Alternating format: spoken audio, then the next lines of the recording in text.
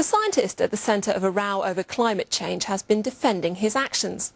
Last year, Professor Phil Jones, the former director of the Climatic Research Unit at the University of East Anglia, was accused of trying to manipulate data. When private emails were published on the internet, climate change sceptics accused the research unit of massaging or suppressing data. The professor has now come before a Commons committee, and a Labour MP put it to him that he'd been very reluctant to give information out to critics. Why can't your scientific papers, when they're published, why can't independent people check them for their validity? That isn't traditionally done. You publish the paper, you don't always make the data available, you don't always make the... So we have to take everything you do on trust? No, because we've got the agreement with the other data sets that are produced in... I'm a scientist. If I want to go and check your work as a scientist and make a name for myself by saying it's false in some way, I can't do it. Well, you can. We have made all the adjustments we've made to the data available in these reports. They are 25 years old now.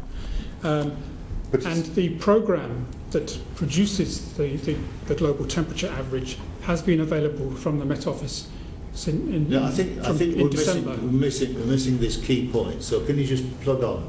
Well, I will plug on, because, I mean, I've got one of the quotes from your emails here, which doesn't say, why should I make the data available to you when your aim is to try and find something wrong with it, to Hughes? That's your email. Now, that's the nature of science, isn't it? That scientists make our reputations by improving or disproving what other scientists have done previously. Your statement there seems to be anti-scientific, and the books that people have written around this issue have persuaded me that you have not provided all the information, that the programmes, the weather stations, all the information available so that people can replicate your work. And saying that the data is freely available in the United States doesn't enable anybody to go through your workings and agree with you or disagree with you. Well, the list of stations we did make that available in 2008, so that has been on our website. How long have people been asking for it at that time? You're going back to some papers in 1990, aren't you, that had been kept secret? No, there was a paper in 1990, and we were asked for the data for that paper, which I was talking about in the previous question. That was made available straight away. The list of stations was made available after about 6 months from the first FOI request in early 2007. So you're saying that every paper that you have produced, the computer programs, the weather stations, all the information, the codes, have been publicly available to scientists, or available to scientists, so that they could test out how good your work was. Is that the case on all the papers you've produced? That's not the case on... No, and why isn't it? Because it hasn't been standard practice to do that. But that takes me back to the original point, that if it's not standard practice, how can the science progress?